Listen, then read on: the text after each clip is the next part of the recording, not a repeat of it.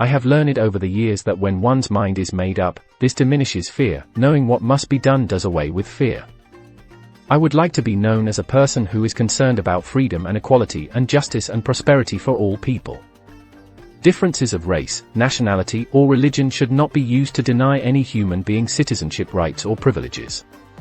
Life is to be lived to its fullest so that death is just another chapter.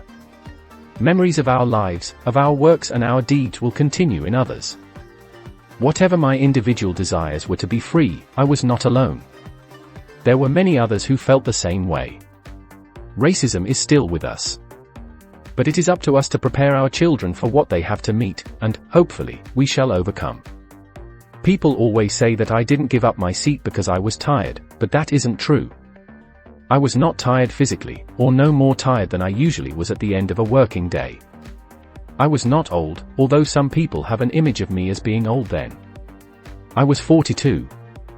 No, the only tired I was tired of giving in. I would like to be remembered as a person who wanted to be free, so other people would be also free. I don't think well of people who are prejudiced against people because of race. The only way for prejudiced people to change is for them to decide for themselves that all human beings should be treated fairly. We can't force them to think that way. As far back as I can remember, I knew there was something wrong with our way of life when people could be mistreated because of the color of their skin. Stand for something or you will fall for anything. Today's mighty oak is yesterday's nut that held its ground.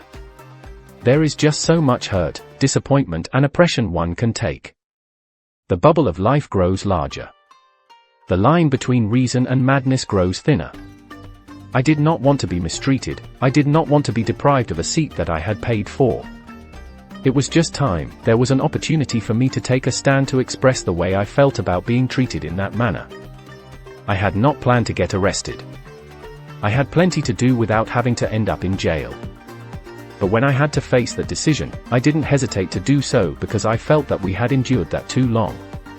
The more we gave in, the more we complied with that kind of treatment, the more oppressive it became. I believe we are here on the planet Earth to live, grow up and do what we can to make this world a better place for all people to enjoy freedom. God has always given me the strength to say what is right. I had the strength of God and my ancestors with me. From my upbringing and the Bible I learned people should stand up for rights just as the children of Israel stood up to the Pharaoh. Each person must live their life as a model for others. You must never be fearful about what you are doing when it is right. There were times when it would have been easy to fall apart or to go in the opposite direction, but somehow I felt that if I took one more step, someone would come along to join me. At the time I was arrested, I had no idea it would turn into this. It was just a day like any other day. The only thing that made it significant was that the masses of the people joined in. I felt the Lord would give me the strength to endure whatever I had to face. God did away with all my fear. I do the very best I can to look upon life with optimism and hope and looking forward to a better day, but I don't think there is any such thing as complete happiness. It pains me that there is still a lot of clan activity and racism.